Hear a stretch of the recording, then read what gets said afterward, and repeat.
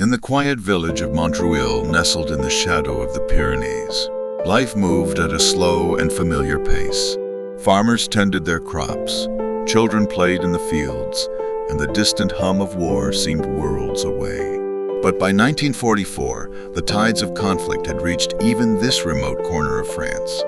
German occupation forces had established a small garrison in the village, and the once peaceful streets were now patrolled by soldiers. Fear had taken root, and the villagers lived with the constant threat of raids, interrogations, and reprisals. Among the villagers was a man named Henry Moreau, a beekeeper who lived on the outskirts of Montreuil. Henry was a quiet, unassuming figure. He kept mostly to himself, tending his hives and selling honey at the local market. His bees were his life, and he had no desire to get involved in the turmoil of war. His wife had died of illness a few years earlier, leaving him with a deep, silent sorrow that he masked with his simple routines. But as the occupation dragged on, Henry found it harder and harder to ignore the suffering around him. One evening, while returning from the fields, Henry heard a rustling in the nearby woods. Curious, he approached cautiously, fearing it might be a German patrol. But what he found was a young woman, barely 20, hiding among the trees. Her clothes were torn, and her face was streaked with dirt and exhaustion.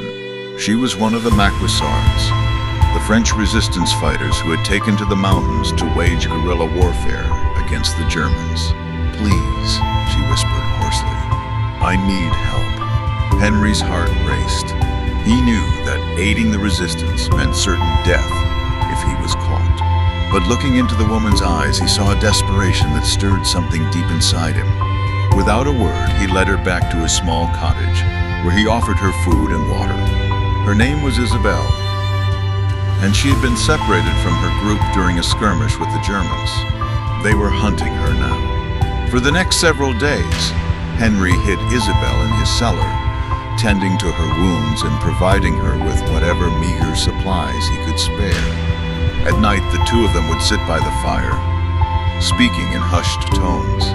Isabelle told him about the resistance, about their sabotage missions, their acts of defiance, and the hope that one day France would be free again. Henry listened intently, feeling a sense of purpose begin to bloom in his heart. A purpose he hadn't felt since before his wife's death. But danger was never far. One afternoon, as Henry was checking his hives, he spotted a German patrol approaching his cottage. His heart sank.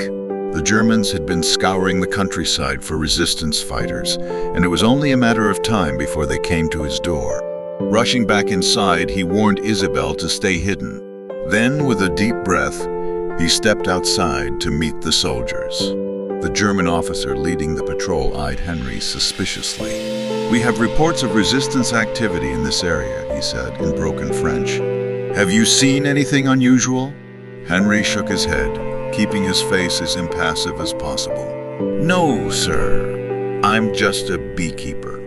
The officer's gaze drifted past Henry towards the cottage. "We'll search your house." Henry's blood ran cold.